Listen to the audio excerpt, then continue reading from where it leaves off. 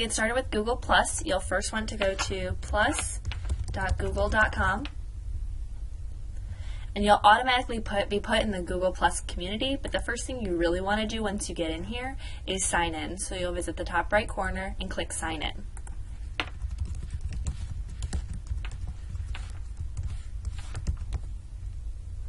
And then you may be asked to sign into our TSC webpage. And now you're officially in Google Plus. Another new feature is that Google Plus is actually releasing a new community, but they haven't forced it yet. So you will either see this community here, or you may want to go to Let's Go, and then you'll actually see the new community. Throughout this video, we're going to be working in the new community, so it'd be helpful for you to click that Let's Go so that you're seeing everything that I'm seeing.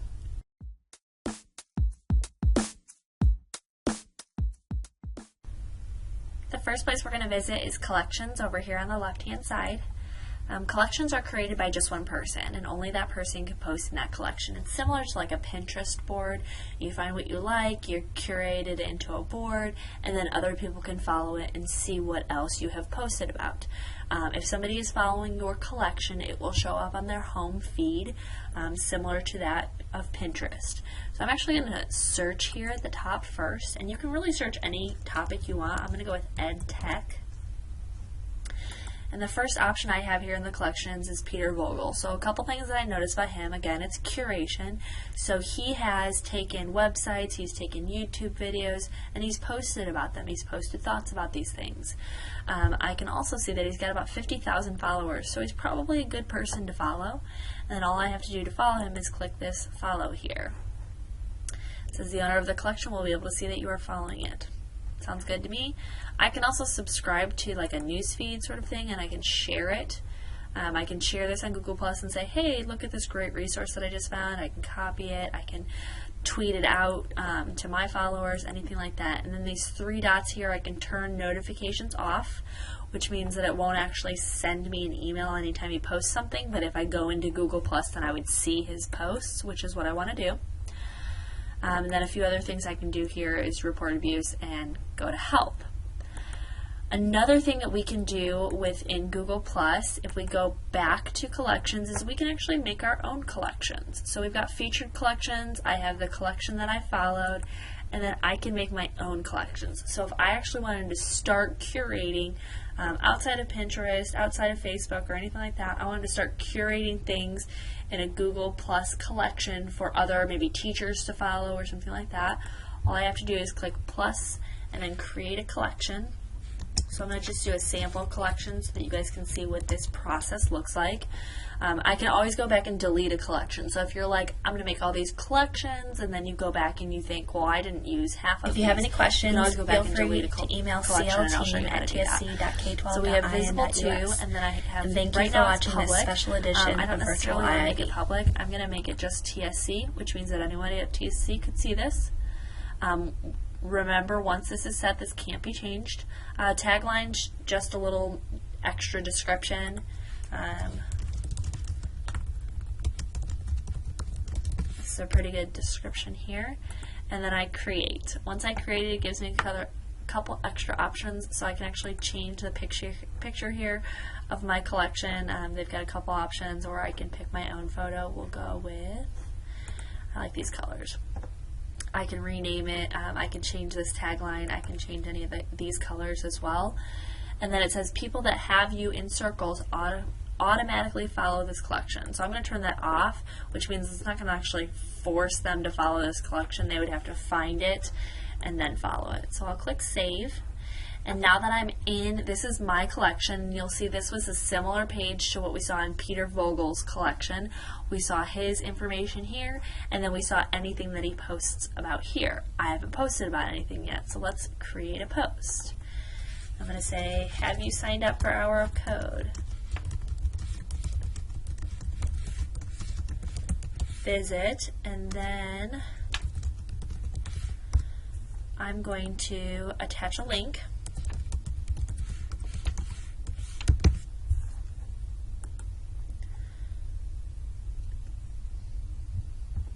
And then I can post about this. So now I have my first post in this sample collection. It lets people know that I am promoting this hour of code here. People are also able to reply to this. They can share it. +1 is similar to like liking on Facebook or putting a heart on Twitter. It's the same kind of idea. So this is my first post in my sample collection. If I've decided, yeah, I don't really want this collection anymore, I can go back to my collections and I have, let me refresh this. I've got this sample collection here, and when I click back inside of it, I can decide to delete this collection. And what you'll notice is that I actually have different options than I had when I looked at Peter Vogel's. I can edit my collection. I can look at the collection followers, who is actually following this. I can delete it, and then I can get help here as well. So I'm going to go ahead and delete this collection. But that's a little synopsis of what collections looks like. It's a pretty nice feature. Again, if you think of it as being similar to Pinterest, hopefully then you make that connection in your mind.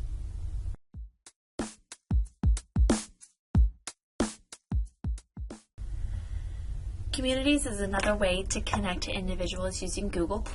Communities can have more than one owner and moderator, and other people can join the community. Once you're a member of the community, you can post to that community. Members of that community may see your posts in their home stream. So just to give you an idea, I'm going to give you a little snapshot of the TSC K2 iPad initiative community. So we have teachers here that are able to post about what their students are doing and commenting and sharing, and it's just a nice way to share ideas. Another great thing about communities is that the Indiana Department of Education has actually created their own communities. So if you go to the Office of E-Learning on the Department of Education website, we have this online communities of practice, and if you click here, it's going to actually give you a list of all the Google Plus communities that they have created.